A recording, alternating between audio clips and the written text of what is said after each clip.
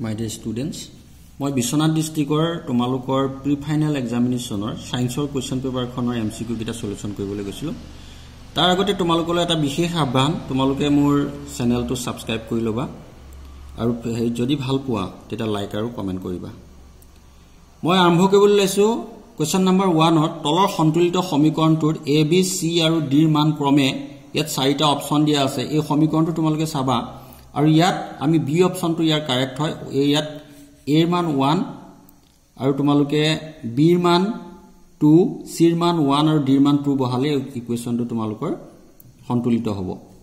ঠিক আছে, number option B টো তোমালোকৰ কাৰেক্ট হয়। কোৱেশ্চন নম্বৰ 2 ত আছে চোৱা, তলৰ কোনটো শিথিলিত চূনৰ ৰাসায়নিক সংকেত? ইয়াৰ অপচন A টো শুদ্ধ, CaOH2।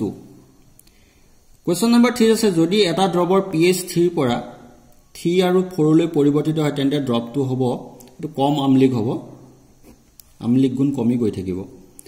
ইফালে চাবাত কোৱেশ্চন নম্বৰ 4 ত আছে, অম্লৰাজত গাঢ় HCl আৰু গাঢ় SnO3 অনুপাতটো হ'ল, ইয়াৰ অপচন B টো কাৰেক্ট, 3:1। কোৱেশ্চন নম্বৰ 5 ত আছে, তলৰ কোনটো এটা দ্ৰবায়নৰ ট্ৰায়াড হয়? এটো অপচন A টো কাৰেক্ট হয়, Florin bromine iodine. Question number 6 ত আছে, তেজৰ কোনটো উপাদানে তেজ গোট মৰাত সহায় কৰে? এটো হৈছে অনুচক্ৰিকা, অপচন C টো কাৰেক্ট। কোৱেশ্চন নম্বৰ 7 আছিল, তলত উল্লেখ কৰা জোড়াসমূহৰ পৰা মিল নথকা জোড়াটো বাছি উলিওৱা। ইয়াৰ অপচন A টো কাৰেক্ট হয়, বাকি কিটা মিল আছে, এড্ৰিনালিন, পিটুটাৰী গ্ৰন্থি। কোৱেশ্চন নম্বৰ 8 ত আছে, যৌন প্ৰজননৰ ফলত জন্ম হোৱা সন্তানে অধিক ভিন্নতা প্ৰদৰ্শন কৰে কাৰণ? ইয়াৰ অপচন B টো কাৰেক্ট, জিনীয় পদাৰ্থ একে প্ৰজাতিৰ দুজন পিতৃ মাতৃৰ পৰা আহে। কোৱেশ্চন নম্বৰ 9 ত আছে, পাইৰুভেট অণু ভাঙি কাৰ্বন ডাই অক্সাইড, পানী আৰু শক্তি উৎপন্ন হোৱা বিক্ৰিয়াটো সম্পাদিত হয়। ইয়াৰ অপচন C টো কাৰেক্ট, মাইট্ৰকাইণ্ডিয়াত হয়। কোৱেশ্চন নম্বৰ D, অৰ্ধগোলাকৃতি কাঁচৰ টুকুৰাটো O বিন্দুত বায়ুৰ পৰা কাঁচলৈ আপতন কোণৰ মান ইয়াত 45 ডিগ্ৰী, অপচন A টো কাৰেক্ট হয়। কোৱেশ্চন নম্বৰ 11 ত আছে, চকুৰ কি অংগৰ কিয়াৰ বাবে চকুৰ লেন্সৰ ফকাস দৈৰ্ঘ্যৰ পৰিৱৰ্তন হয়? অপচন C টো কাৰেক্ট, ইয়াৰ চিলিয়াৰী পেশী। কোৱেশ্চন নম্বৰ 12 ত আছে, দুটা ৰুট সমান্তৰালভাৱে সংযোগ কৰিলে লব্ধ ৰুট 2 ওম হয় আৰু শ্ৰেণীবদ্ধভাৱে সংযোগ কৰিলে 9 ওম হয়, ৰুট দুটা হ'ব। ইয়াৰ অপচন A টো কাৰেক্ট হয়। কোৱেশ্চন নম্বৰ 13 ত আছে, প্ৰবাহযুক্ত দীঘল সলেনৰেটাৰ ভিতৰত চৌম্বক ক্ষেত্ৰ ইয়াত সকলো বিন্দুতে একে থাকিব। এটো অপচন D টো কাৰেক্ট। কোৱেশ্চন নম্বৰ 14 ত আছিল, জলবিদ্যুৎ শক্তি প্ৰকল্পত অধিক উচ্চতাৰ পৰা পানী পৰিলে অধিক বৈদ্যুতিক শক্তি উৎপাদন কৰিব পাৰি কাৰণ? ইয়াৰ অপচন B টো কাৰেক্ট, অধিক পৰিমাণৰ স্থিতি শক্তি গতি শক্তিলৈ ৰূপান্তৰিত হয়।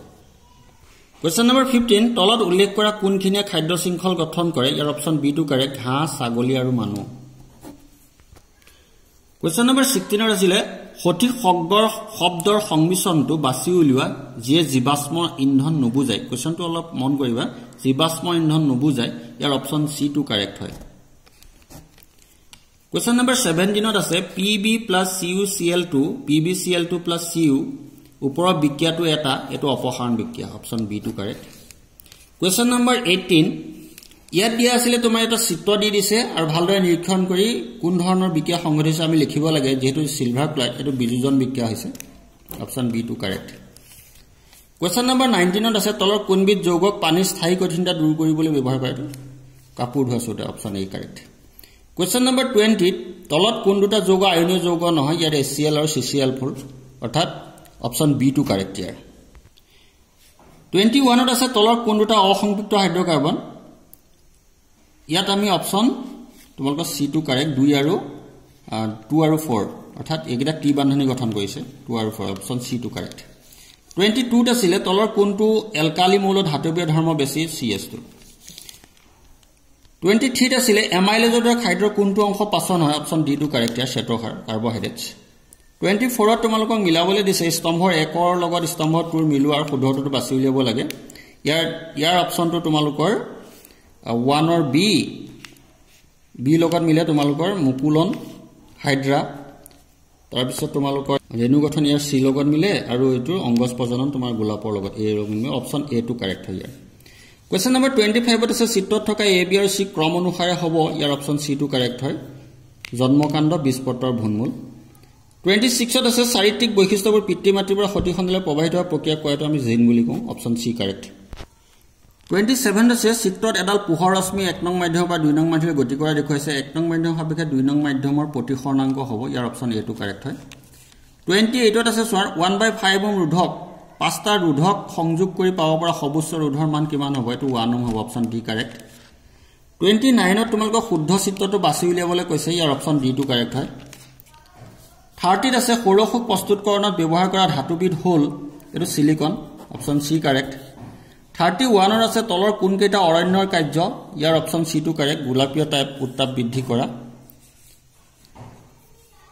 এটো আসলে তোমালোকৰ অৰণ্য কাৰ্য নহয় বুলি থাকিব লাগিছিল ইয়াৰ অপচন সি টো কাৰেক্ট এতিয়া 32 চোৱা টেটুৰ বায়ু নলিকা ডালত ডেছৰে গঠিত আঙুঠি থাকে এটো লেৰিংছ হয় 33 আছিল তোমালোকৰ পৰিস্থিতি তন্ত্ৰত শক্তিৰ প্ৰবাহৰ ক্ৰমটো হ'ল ইয়াত অপচন ডি টো কাৰেক্ট 34 ত ক্যালসিয়াম অক্সাইড তীব্ৰভাৱে পানীৰ লগত বিক্ৰিয়া কৰাৰ সময়ত তলত দিয়া পৰ্যায়খন লিপিবদ্ধ কৰা হৈছিল অশুদ্ধ পৰ্যায়খন হ'ল ইয়াৰ অপচন বি টো কাৰেক্ট তোমালোকৰ 35 ত আছে ক্লোৰিন ব্ৰোমিন আয়োডিনৰ মৌলকেইটা ডবায়নৰ ট্ৰাইড গঠন কৰে যদি ক্লোৰিনৰ পাৰমাণবিক ভৰ 35.5 ইউনিট আৰু আয়োডিনৰ হয় 126.9 ইউনিট তেন্তে ব্ৰোমিনৰ পাৰমাণবিক ভৰ কিমান বুলি সুধিছে তোমালোকে কি কৰিব লাগিব দুইটাৰে গড় লৈ পেলাই অৰ্থাৎ দুয়ে দুইটাক যোগ কৰি পেলাই হৰণ কৰিলে 81.2 পাবা অপচন এ কাৰেক্ট তলৰ কোনটো যৌগত কাৰ্যকৰী মূলক নাথাকে ইয়াৰ অপচন সি টো কাৰেক্ট 37 ত এটা বৈদ্যুতিক বাল্বত 220 ভোল্ট আৰু 100 ভোল্ট চিহ্নিত কৰা আছে যেতিয়া 110 ভোল্ট ইয়াক ব্যৱহাৰ কৰা হয় ই লোৱা ক্ষমতা হ'ব 25 ওয়াট এটো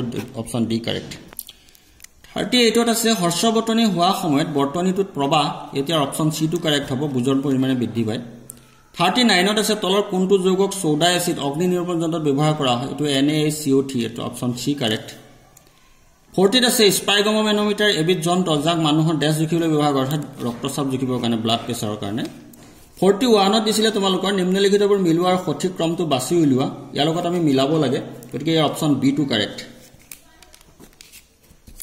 42 ত আছে ইয়াত দিছে তোমালোকে চাবা ধাৰণা এই কাৰ্বন একমাত্ৰ মৌল যি ইটু সিটুৰ লগত লগ লাগি অগণন যৌগ গঠন কৰে আৰত দিছিলে কাৰ্বনৰ যোজ্যতা 4 আৰু কেটিনেশন ধৰ্ম দেখুৱায় ইয়াৰ অপচন এ টো কাৰেক্ট হয় এ আৰু আৰ দুইটাই সত্য আৰ হৈছে এই সঠিক ব্যাখ্যা 43 আছে তোমালোকৰ ধাৰণা দিছে এ হীৰা আৰু গ্ৰাফাইট হৈছে কাৰ্বনৰ বহুৰূপ এটোটো হয়ে আৰত দিছে হীৰা আৰু গ্ৰাফাইট ভৌতিক ধৰ্ম সম্পূৰ্ণ বেলেগ কিন্তু ৰাসায়নিক ধৰ্ম একেই ইয়াত অপচন এ টো কাৰেক্ট তোমালোকৰ এ আৰু আৰ দুইটাই সত্য আৰ হৈছে এই সঠিক ব্যাখ্যা 44 ত আছে কাৰ্বন মনোক্সাইড খুবেই বিষাক্ত এ দিছিলে আৰত দিছিলে কাৰ্বনৰ সম্পূৰ্ণ দহন হোৱাৰ ফলত ই উৎপন্ন হয় ইয়াৰ অপচন সি টো কাৰেক্ট তোমালোকৰ এ সত্য কিন্তু আৰ অসত্য অৰ্থাৎ কাৰ্বনৰ সম্পূৰ্ণ দহন হলে মনোক্সাইড উৎপন্ন নহয় 45 ত আছে এলকেন এলকিন এলকাইন কাৰ্বনৰ যোজ্যতা সদায় 4 হ'ব আৰত দিছে এলকানৰ বাহিৰে সকলো হাইড্ৰকাৰ্বন দ্বিবন্ধনী থাকে ইয়াৰ অপচন বি টো শুদ্ধ হ'ব তোমালোকৰ এ আৰু আৰ দুইটাই সত্য আৰ হৈছে সঠিক ব্যাখ্যা কৰা নাই কাৰণ চোৱা তোমালোকে